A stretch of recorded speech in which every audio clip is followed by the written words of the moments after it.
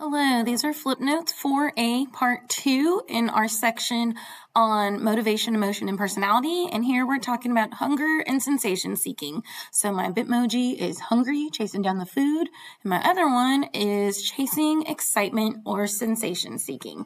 Let's go. Different factors trigger hunger. Physically, there are stomach contractions, our body chemistry, and our hormones trigger hunger, as well as the hypothalamus. Remember, we talked about the four functions of the hypothalamus way back in our biology of psychology unit the fight or flight, feeding, and fun times. And we'll hit two of those in this section. So, stomach contractions or pangs do send signals to the brain, making us aware of our hunger. In the early 1900s, people thought that the stomach contractions actually were hunger, but when they removed the stomachs in animals, they found that hunger still occurred. So, it's not just your stomach, but it's also what's going on in your brain. Some other factors that trigger hunger, glucose. So glucose is digested and taken in by the body and the intestines. Then it's stored in the liver and the muscles as glycogen. But blood glucose really kind of triggers our hunger. When glucose is down, hunger goes up and vice versa. We call that the glucostatic theory. Its relation to the brain, we don't actually consciously notice when our blood glucose is different, but instead the levels of glucose in the blood are monitored by neurons in the stomach and in the liver and the intestines, and then those neurons send signals to the brain, specifically the hypothalamus, telling that we're either hungry or that we're full. Other hormones involved, insulin, which has to do with the glucose. Leptin is another one. When leptin levels are up, hunger goes down. And then third one, ghrelin. So the three you want to remember there, insulin, leptin, and ghrelin. Taking a closer look at the hypothalamus. So we know that the hypothalamus plays a role in hunger, but we have two specific sides of the hypothalamus. Activation or destruction of the hypothalamus causes changes in eating habits, and our rats here in the picture have had different parts of their hypothalamus destroyed. The lateral hypothalamus is the side that turns hunger on. It's what tells you that you're hungry. So you can think lateral, fateral. The lateral, if it's stimulated, you'll be fateral because you'll want to eat all the time. But if you were to destroy it, then you wouldn't ever know that you're hungry. You'd lack hunger. So that's what's going on with this rat on the left. He's had his lateral hypothalamus destroyed. He doesn't ever want to eat because his hunger never gets turned on. The other side is the ventromedial hypothalamus, and it's what tells you when you're full. It turns hunger off. So I feel very full. Ventromedial, very full. Oh, it's cut off a little bit there at the bottom. Sorry about that. If it were destroyed, you'd be very hungry. You wouldn't ever feel full. You'd keep going and going and going with eating, and that's what's going on with the rat there on the right side. The set point theory in regards to hunger says that our hypothalamus acts like a weight thermostat and that our body has a natural point of stability. And anytime we get below that set point, our hypothalamus tells us that we're hungry and we increase our food intake and our energy expenditure decreases. But if we get above our natural set point, the opposite takes place. So the problem is that our natural point of stability might not always be where we want it to be. That your natural point of stability might be a little bit heavier than you want, and it's hard with any time that you get below that, your body's going to want to naturally kind of return to that other set point. Next, an experiment that having to do with hunger. Stanley Schachter studied how external cues affect hunger.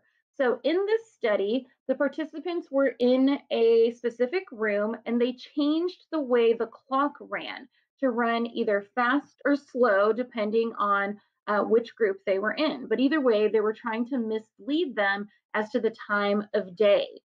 So there were overweight subjects and there were normal weight subjects. The overweight subjects had crackers available and they ate twice as much if the clock showed that it was later than it actually was. So they kind of thought it was closer to dinner time or that it was time for them when they were supposed to eat and they ate more. The normal weight participants, they didn't do that. They didn't eat as much food, even though the clock indicated that it was later because they said they didn't want to spoil their appetite for dinner. And they based their hunger more from internal cues. So this showed that the overweight people tended to base their hunger from external cues, and perhaps that's part of the reason why they may have been overweight. External cues include anything from just the way food looks, like, oh, that looks really good, I'm going to eat that food, or the food is just there, but also the effort to eat food. How easy is it to get that food? The key thing there was that the overweight people were basing it off external cues. Normal weight were basing their hunger off of internal cues. Did they actually feel hungry? The dopamine theory simply says that some of our eating problems have been traced to disruptions in dopamine levels. We know that dopamine is part of the reward pathway and it makes us feel good. So that could also play a role in conditioned behaviors that we feel good when we eat yummy things, and then we get conditioned to want to continue that positive feeling. Some of the psychology of hunger, other external incentives. So we already mentioned eating by the clock. We eat because we think it's time to eat lunch or dinner. Social eating, studies show that when we're at an event or just because we're around others, we tend to eat more. It's kind of expected, or it's just a social thing to do. Stress and depression, we can eat more or less. It actually varies by person, but it does alter our normal eating habits.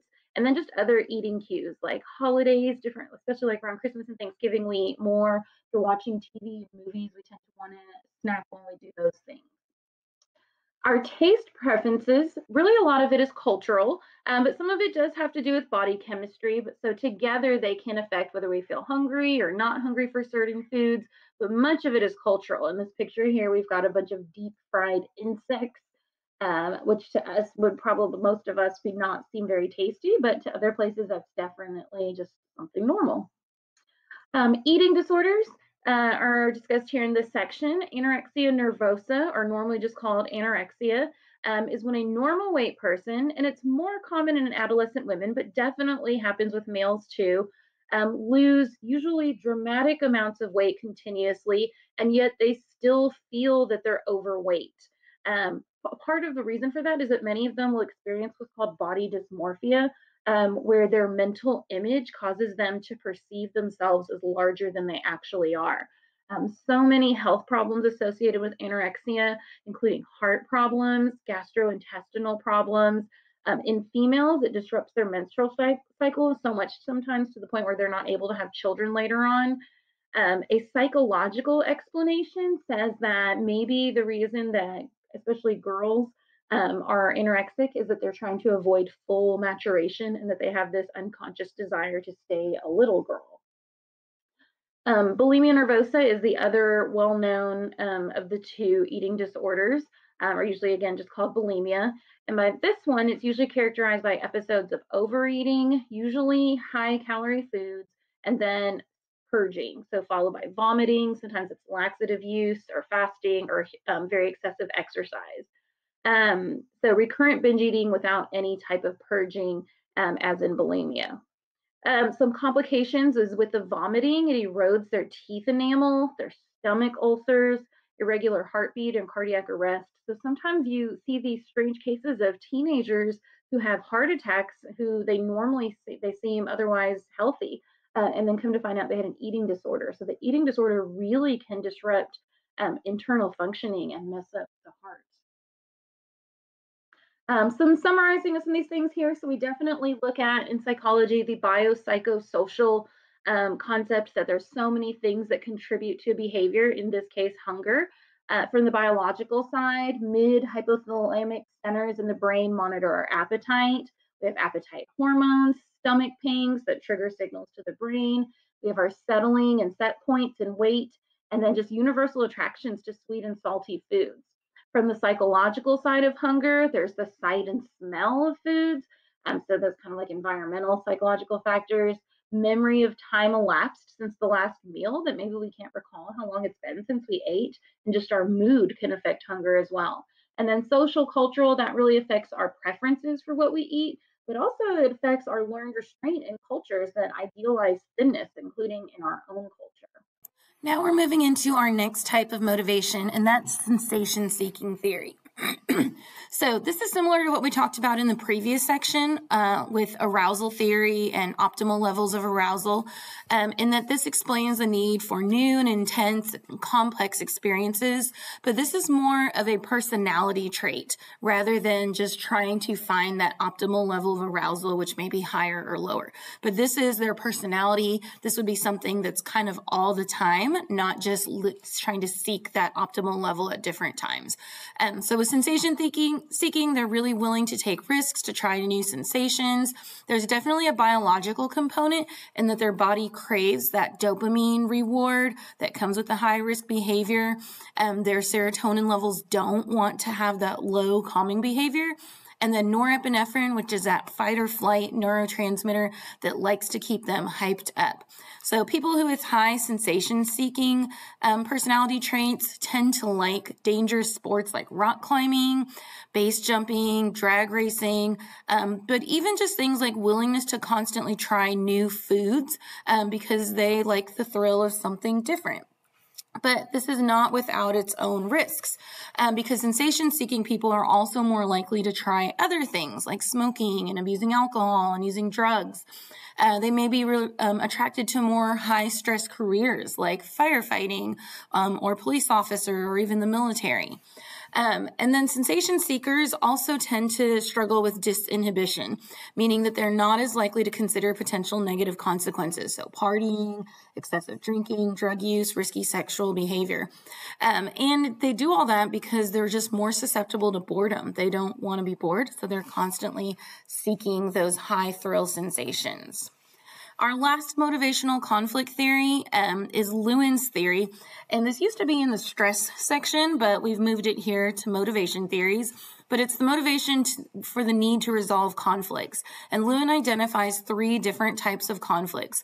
In the approach conflict, it's really more like a good problem, that you have 2 good options and you're stressed. Oh, do I want to eat a hot dog or do I want tacos?